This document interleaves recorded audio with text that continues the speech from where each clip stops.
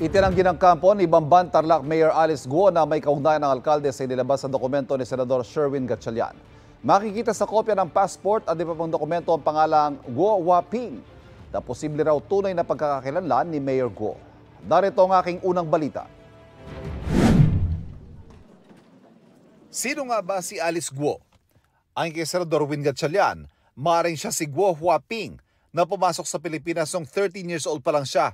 Base yan sa inilabas si Gatchalian na kopya ng passport at iba pang dokumento mula sa Board of Investments mula raw sa aplikasyon ng pamilya Guo para sa Special Investors Resident Visa o SIRV.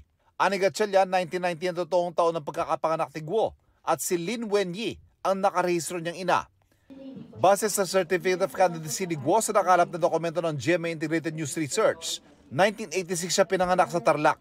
Para kay Gatchalian, pagtitibayan ng dokumentong ito ang quo warranto case laban kay Guo. Sakaling magtagumpay ang petisyong ito, maalis siya sa pagka-alkalde dahil hindi siya tunay na Pilipino. Sa isang panayam sa telepono, sinabi ng abogado ni Guo na si Attorney Stephen David na walang kinalaman si Mayor Alice Guo kay Guo Huaping. Lalo't ang balita raw niya ay maraming may ganitong pangalan.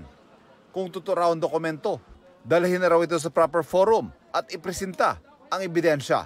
Kung meron silang matibay na ebidensya na they are one and the same, edi ipresenta nila sa proper forum para masagot namin. Kasi mahirap sumagot sa mga publicity na gano'n eh. Dati na rin niya itinanggi na nanay niya si Lin Wenyi at ilang beses sinabi sa Senate hearings na anak siya ng tatay niya sa kasambahay na si Alice Amelia Leal na iniwan raw si Alice Guo. Ako po ay isang Filipino. Lumaki po ako sa farm. Naungkat ang issue sa pagkakakilanlan ni Guo nang mayugnay ang kanyang pangalan sa ni-raid na Pogo Hub sa Bamban Tarlac. Nauna nang sinabi ng PAOK na sasampahan nila ng reklamong kriminal ang alkalde kaugnay nito. Nagpahatid ng sulat si Guo kay Executive Secretary Lucas Bersamin na siya ring chairman ng Presidential Anti-Organized Crime Commission o PAOK. Just expressing the mayor's intention that she is one with the commission to uncover the truth and for justice to prevail. Sa 6 na pahinang liham, sinagot ni Guo ang ilang aligasyon. Itinanggi niyang money laundering at pagpapatayo ng Pogo ang layo ng Baofu Land kung saan naging part owner siya. Walaan niyang basihan ang aligasyong simulated o pakunwari lang ang pagdivest o pagbitaw niya sa pag-aari sa kumpanya. Kaya walaan niyang basihang idawit siya sa anumang usapin tungkol sa kumpanya. Dahil inilipat na raw ang interes sa Baofu sa pamamagitan ng deed of assignment bago pa siya mahalal noong 2022.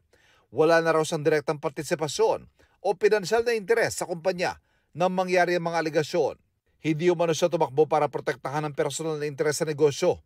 Iginit din niyang kulang ang mga elemento para sabihing dawit siya sa human trafficking, kidnapping o money laundering.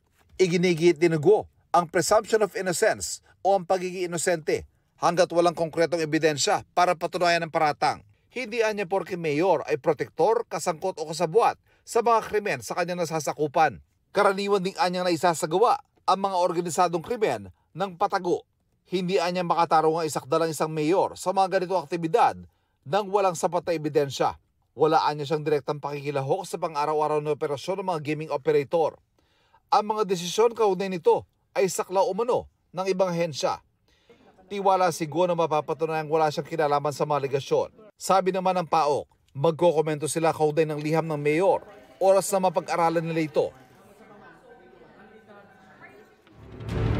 Kapuso, para laging una ka sa mga balita, bisitahin at mag-subscribe sa GMA Integrated News sa YouTube. Sa mga kapuso abroad, samahan niyo kami sa GMA Pinoy TV at sa www.gmanews.tv.